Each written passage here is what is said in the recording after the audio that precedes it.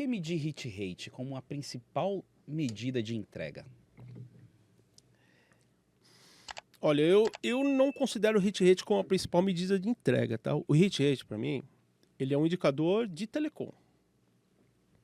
Então, assim, o quanto que eu tô avançando na minha estrutura, né? Que, putz, eu tô com um hit rate de 10%, 5%, 10% é demais, né? Seria lindo. Nós vamos contar histórias aí, você vai... eu tô com o hit rate de 10%. Putz, e tudo que eu tô disparando, só 10% eu tô transferindo pro meu...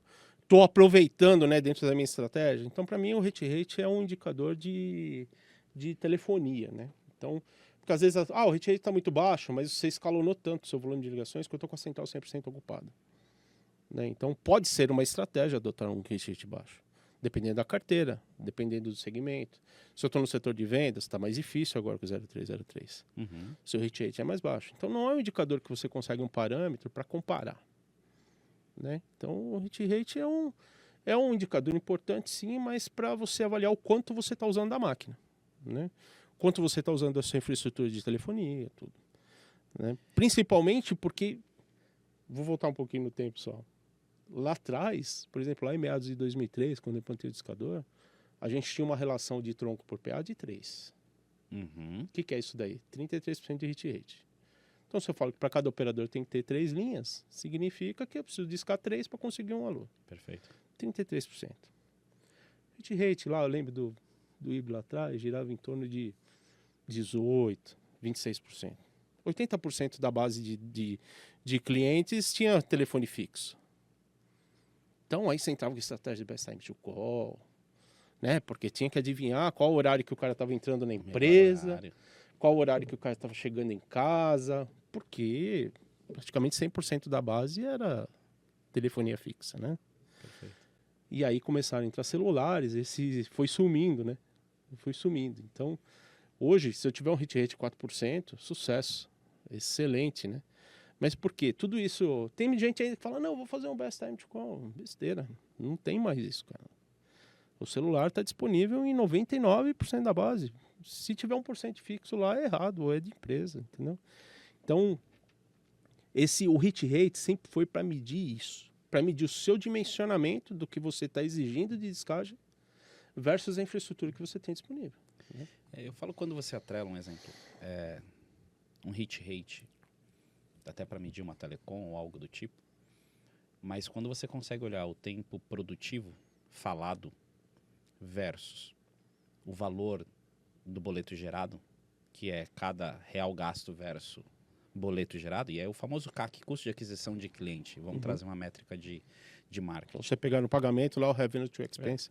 Então, no processo do outbound, eu falo, legal, eu posso ter um volume de hit rate um pouco baixo, até porque hoje, muitas vezes, se tem um sussurro na outra ponta, e aí você fala, ok.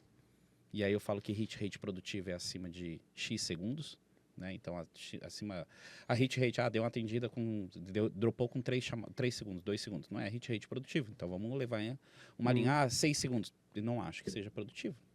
Eu acho que um hit rate produtivo é acima de X tempo. Hoje em dia, mais do que 6 segundos, segundo a Anatel. Exatamente. Então, eu começo a olhar e falo assim, tá, tudo bem. Mas você pode ter um hit rate baixo com uma operação falando bem, porque você está conseguindo ter um índice de localização. E logo, o valor do boleto gerado, você tem um resultado melhor entre um e outro. Porque tudo que mede hit rate, algo do tipo, é saber quanto que eu estou gastando na telefonia ou algo do tipo. Esse ponto de 600 chamadas para qual é o erro? É a renitência? Ou é o piloto que está ressubmetendo o mailing? E por que eu crio a renitência se o cara está ressubmetendo o mailing? Será que aí a renitência é boa ou o meu piloto fica toda hora, a operação está ociosa, baixa o mailing, sobe o mailing de novo? Acho que é falta de visão do que você precisa entregar. Então, assim, se você chegou ao ponto de fazer 100 ligações por cliente, não adianta. Você vai fazer 200, vai dar o mesmo resultado. Se fizer 300, vai dar o mesmo resultado. Se fizer 600, vai dar o mesmo resultado. Então, não adianta. Então, é ter a visão, assim, de quais são os limites. Até onde vale a pena você ir com determinada carteira, determinado segmento. Você tem que estudar o seu mailing. Quando a gente usa discador, você tem ouro dentro de casa. Porque imagina aí uma operaçãozinha pequena, vai. Eu tenho uma operação lá que tem 25 posições, eu faço 200 mil ligações por dia. Eu tenho 200 mil eventos de telefone, com horário, com sinalização, com tudo. Olha o quão rico essa informação, com o F, com DDD, às vezes com cidade, com dados de negócio do mailing. Olha o quão rico essa informação para você poder trabalhar e saber quais são os seus limites. Né? Para que eu vou ficar ligando? Eu sei que Rio Grande do Sul é difícil atender, né? Uma ligação de cobrança com DDD 011. Os caras não atendem. Né? É normal, é característica de lá. Então, por que eu vou fazer 5 mil ligações para os caras? Eles vão atender? Não vai atender. Então, é você tem, eu digo que você tem ouro dentro de casa, porque imagina você com 2 milhões de ligações no mês. Você tem 2 milhões de dados que te permite avaliar até onde você pode ir. Né? O que você pode fazer. Com esses 2 milhões de dados, você consegue higienizar, saber o que é telefone ruim entre todas as carteiras que você tem.